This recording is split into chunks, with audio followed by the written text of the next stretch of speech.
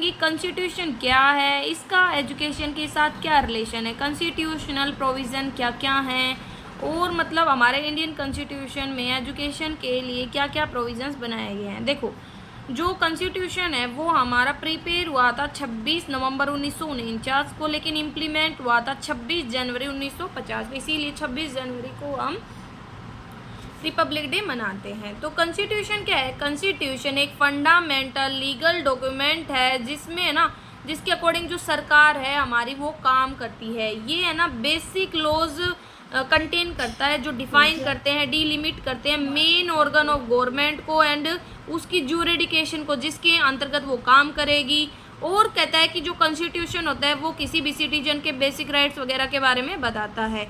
इसीलिए कॉन्स्टिट्यूशन वो होता है जो सुपीरियर होता है अदर जितने भी लॉज है कंट्री में, उन सभी से कोई भी लॉ लागू नहीं किया जा सकता बिना कॉन्स्टिट्यूशन को फॉलो किए हुए, बिना कॉन्स्टिट्यूशन के साथ कंफॉर्मिटी किए हुए। एक कॉन्स्टिट्यूशन को हम कंसीडर करते हैं सोर्स ऑफ पावर, अथॉरिटी सरकार के लिए। ये ना प्रिसाइजली बताता है कि क्या पावर है पर्टिकुलर गवर्नमेंट एजेंसी की, क्या चीज़ें उसे करनी है, क्या चीज़ें उसे नहीं करनी है। कॉन्स्टिट्यूशन दो एस्पेक्ट से रिलेटेड होता है, एक तो different organs of the government and जो between the government and their citizen. ठीक है, अलग अलग गवर्नमेंट के भी जो भी ऑर्गन उनमें क्या रिलेशन, और गवर्नमेंट का और सिटीजन्स का क्या रिलेशन है। ठीक है, तो जो कॉन्स्टिट्यूशन होता है वो एक ऐसा इंस्ट्रूमेंट है कि जो सरकार है वो अपनी पावर का गलत यूज़ ना कर पाए, उसको कंट्रोल करने के लिए यूज़ किया जाता है। इंडियन कॉन्स्टिट्यूशन की बात करें तो हम पीपल हैं इंडिया के, ठीक है, हम कहता है कि सोलमली रिजोल्व करते हैं, कॉन्स्टिट्यूट करते हैं इंडिया को एक sovereign, socialist, secular, democratic republic में। ठीक है, जो सिक्योर करेगा सभी मतलब secure to all its citizen, justice, social, economic, political liberty, thought, मतलब ये सब है कि भाई हमारे पास क्या क्या अधिकार हैं। ठीक है, तो वो सब हमारा कॉन्स्टिट्यूशन में आ जाता है कि भाई हमें बोलने का अधिकार है, फ्रीडम ऑफ स्पीच है, राइट टू एजुकेशन है। ठीक है, तो ये देखो 26 डे ऑफ नवंबर 1949 को हमने इसे अडोप्ट किया था एंड 1950 में ये फिर लागू हो गया था। ये आप यहाँ याद रख सकते हो, 26 नवंबर 1949 को अडोप्ट किया एंड फिर 50 में ये लागू हो गया था। तो रिलेशन क्या है एजुकेशन के साथ? जो हमारा कॉन्स्टिट्यूशन है वो बहुत ज़्यादा रिलेशन रखता है एजुकेशन के साथ। जो इंडियन कॉन्स्टिट्यूशन है वो प्रोवाइड करता है for educational function of government अलग अलग लेवल पे, मतलब इक्वल राइट है हर किसी को जो इंडिया में रह रहा है। जो हमारा रिलेटेड है राइट टू एजुकेशन जो हमारा 2002 में आया था आर्टिकल 21A के अंतर्गत। ठीक है, जो राइट टू एजुकेशन देता है कि है ना हर किसी को फ्री एंड कंपलसरी एजुकेशन का अधिकार है 6 से 14 साल तक। ठीक है, आर्टिकल 45 पर बताता है कि early childhood care and education की जो भी बच्चे हैं 6 साल से छोटे हैं उनको भाई है ना प्रॉपर भाई है ना चाइल्डहुड केयर मिले, एजुकेशन मिले। ठीक है, नेक्स्ट है हमारे पास ये आया था किसमें 86 अमेंडमेंट में। तो कहता है कि जो आर्टिकल 51A के है फंडामेंटल ड्यूटीज़ लेके आता है, कहता है कि ये ड्यूटी है हर सिटीजन की, जो कोई भी पेरेंट्स है गार्जियन है कि वो ना अपने बच्चों को अपॉर्चुनिटी दे एजुकेशन की। ठीक है, किसकी एज के बीच में 6 से 14 साल की एज के बीच में गाइडलाइंस दी गई है इंडियन कॉन्स्टिट्यूशन में कि जो एक इंडियन कॉन्स्टिट्यूशन है वो बनाया गया था 1964 से 66 में कि जो कमीशन है ये अपॉइंट किया जाता है एक रिजोल्यूशन के द्वारा गवर्नमेंट के। ठीक है, 14 जुलाई 1964 को जो कमीशन है कहता है कि अपॉइंट किया जाता है गवर्नमेंट के एडवाइस पर नेशनल पैटर्न ऑफ एजुकेशन के अकॉर्डिंग, जनरल पॉलिसीज़ क्या होंगी उसके अकॉर्डिंग। और जो कमीशन है उसमें कहता है कि प्रोफेसर DS कोठारी वो एज ए चेयरमैन थे UGC के and x professor of physics Delhi. ठीक है, तो इन्होंने मतलब इसमें अपने भाई व्यूज वगैरह दिए थे। जो कमीशन है उसमें 16 मेंबर थे, 11 इंडियन थे जिसमें 5 फॉरेनर्स वगैरह थे। अब जो रिपोर्ट है इसकी कमीशन की उस प्रोग्राम्स की, उसने इसे 3 कैटेगरीज में बांट दिया था एजुकेशन को। क्या? Firstly relating education system of life needs and aspiration. ठीक है, दूसरा क्वालिटेटिव इंप्रूवमेंट करे एजुकेशन का ताकि एडिक्वेट स्टैंडर्ड अचीव हो पाए। तीसरा expansion of education facility, manpower की जो भी रिक्वायरमेंट है उसके according and equalisation of education facility. कहते हैं कि कोठारी कमीशन के अकॉर्डिंग एजुकेशन के 4 एम थे। पहला, प्रोडक्टिविटी को बढ़ाना, सोशल एंड नेशनल इंटीग्रेशन लेके आना, प्रोसेस जो भी मॉडर्नाइजेशन की प्रोसेस है उसको बढ़ाना and cultivate social, moral and spiritual values को जागरूक करना। तो देखो एजुकेशन एंड प्रोडक्टिविटी का कैसे रिलेशन है? एजुकेशन है ना प्रोडक्टिविटी से रिलेट होना चाहिए अगर हमें इकोनॉमिक डेवलपमेंट की स्पीड को बढ़ाना है। जो एक्सपेंशन है एजुकेशन का, उससे क्या होता है, लैंड्स टू इंक्रीज, हमारी नेशनल इनकम बढ़ेगी। अगर लोग अच्छे से काम करेंगे, अच्छा पैसा कमाएंगे, तो इनकम बढ़ेगी, इससे उनका स्टैंडर्ड ऑफ लिविंग इंप्रूव होगा।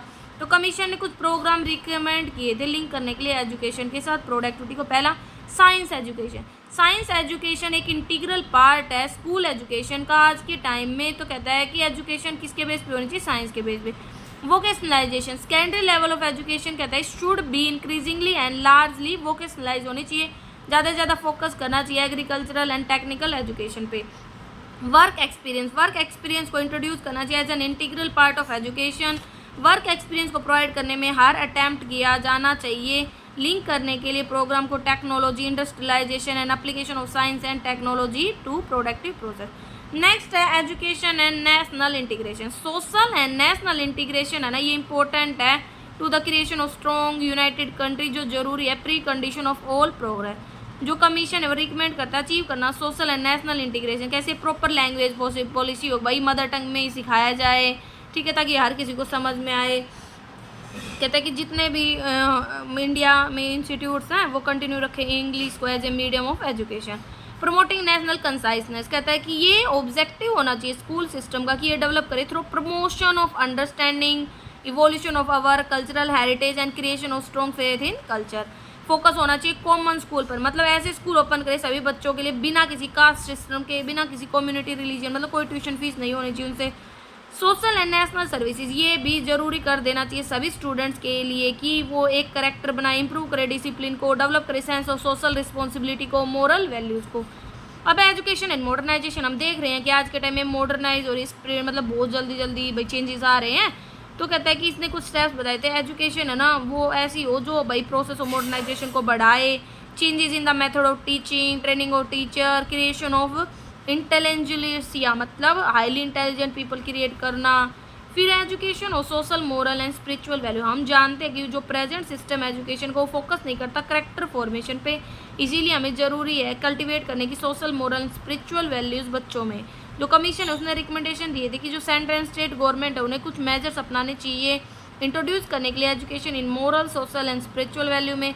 कई बार जो पीरियड होता है ना वो सेट किया जाता है टाइम टेबल फॉर एजुकेशन, इस तरीके से जो कमीशन उसने रिकमेंड किया था नए नए system in the field of education like curriculum, method of teaching, text book वगैरह। अब प्रोविजंस की बात करती है, अलग अलग आर्टिकल्स के अकॉर्डिंग हमारे कुछ प्रोविजंस है। देखो आर्टिकल 28 बात करता है प्रोवाइड करना freedom as to the attendance at religious instruction, मतलब आप अपने धर्म का प्रचार वगैरह करते हो, ठीक है, किसी भी भगवान की पूजा कर सकते हो। ये आर्टिकल 29 है वो ना प्रोवाइड करता है equality of opportunity educational institutions में, ठीक है, आप किसी भी इंस्टीट्यूशन में एडमिशन ले सकते हो, कोई भी आपके रोक टोक नहीं है। आर्टिकल 30 राइट देता है माइनॉरिटीज़ को कि वो ना कोई भी एजुकेशनल इंस्टीट्यूशन एस्टेब्लिश कर सकते हैं, एडमिनिस्ट्रेट कर सकते हैं। आर्टिकल 45 एजुकेशन फॉर ऑल को लेके आता है कि 6 से 14 साल के बच्चों को कंपलसरी एंड फ्री एजुकेशन दी जाएगी। आर्टिकल 46 कहता है कि स्पेशल केयर दी जाएगी educational and economic interest of SC ST and weaker section. Article 337 बात करता है special provision with respect to educational grant, जो बेनिफिट करेगा कि इनको सिटीजन जो भी है mixed Indian, Anglo Indian community. 350 relate करता है इंस्ट्रक्चर, मतलब कि मदर टंग में ही पढ़ाया जाए प्राइमरी स्टेज पर। आर्टिकल 15 है वो वुमेन के एजुकेशन के बारे में बात करता है। आर्टिकल 21 है राइट टू एजुकेशन के बारे में बात करता है। 8 है ये मतलब आर्टिकल 350 भी लिंग्विस्टिक माइनॉरिटीज़ के बारे में बात करता है कि स्पेशल ऑफिसर वगैरह अपॉइंट किया जाएगा उनके लिए। 351 हिंदी लैंग्वेज के डेवलपमेंट एंड प्रमोशन की बात करता है। 63 बात करता है union lease, institutional lease and national importance के बारे में। जो इंस्टीट्यूशन है at the commencement of this constitution at the Banaras Hindu university Aligarh, मतलब ये कुछ यूनिवर्सिटीज़ बनी थी उनके बारे में बता रखा है। और एंट्री 64 है उसमें बता रखा है जो इंस्टीट्यूशन है साइंटिफिक एंड टेक्निकल एजुकेशन की फाइनेंस की जानी चाहिए गवर्नमेंट ऑफ इंडिया के द्वारा पूरी तरह से, या पार्ट में जो लॉ के द्वारा डिक्लेयर किया जाता है कि ये नेशनल इंपॉर्टेंस की है। 65 बात करता है यूनियन लिस्ट, मतलब यूनियन एजेंसी एंड इंस्टीट्यूशंस की कि जो वोकेशनल और टेक्निकल प्रोफेशनल हैं including the training of police officer, जो प्रमोशन है स्पेशल स्टडीज़ वगैरह और जो साइंटिफिक और टेक्निकल असिस्टेंट है वो इसमें आएगा। और एंट्री 66 बात करता है coordination and determination of standards of institution for higher education, research, science and technical institution. तो ये हमारा टॉपिक था।